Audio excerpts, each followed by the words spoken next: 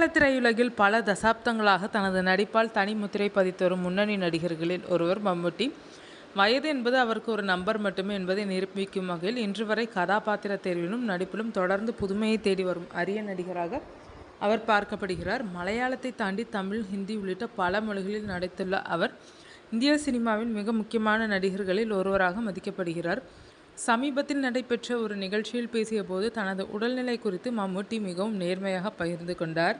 நீண்ட காலமாக என்னால் வாசனையையோ சுவையையோ உணர முடியவில்லை. நாம் ஒரு விஷயத்தை இழந்த பிறகுதான் அதன் உண்மையான மதிப்பு புரியும். இப்போது அதிலிருந்து மெதுவாக மீண்டு வருகிறேன் என்று அவரது வார்த்தைகள் ரசிகர்களை சற்றே கவலையடைய செய்தாலும் அதே நேரத்தில் அவரின் மன உறுதியை வெளிப்படுத்தியது.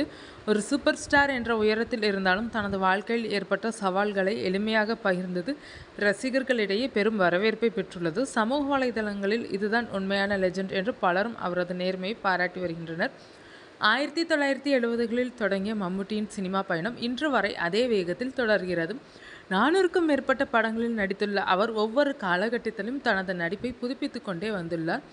தேசிய விருதுகள் முதல் மாநில விருதுகள் வரை எண்ணற்ற பாராட்டுகளை பெற்றுள்ள மம்முட்டி கமர்ஷியல் ஹீரோவாகவும், கேரக்டர் ஆர்டிஸ்டாகவும், பிராக்டிக்கல் நடிகராகவும் வெற்றி கண்டவர்.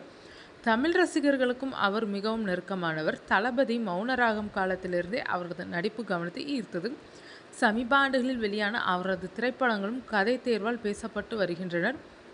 மம்முட்டியின் சிறப்பு லுக், உடல் மொழி, குரல், வயது ஒவ்வொரு விஷயத்தையும் கதாபாத்திரத்துக்கு ஏற்றபடி மாற்றிக்கொள்வது. அதனால்தான் 70 வயதை கடந்தும் இளம் நடிகர்களுக்கு போட்டியாக நிற்கிறார். உடல் ஆரோக்கியம், உடற்பயிற்சி, உணவு கட்டுப்பாடு போன்றவற்றில் அவர் கடைபிடிக்கும் ஒழுக்கம் பலருக்கும் முன்மாதிரியாக உள்ளது.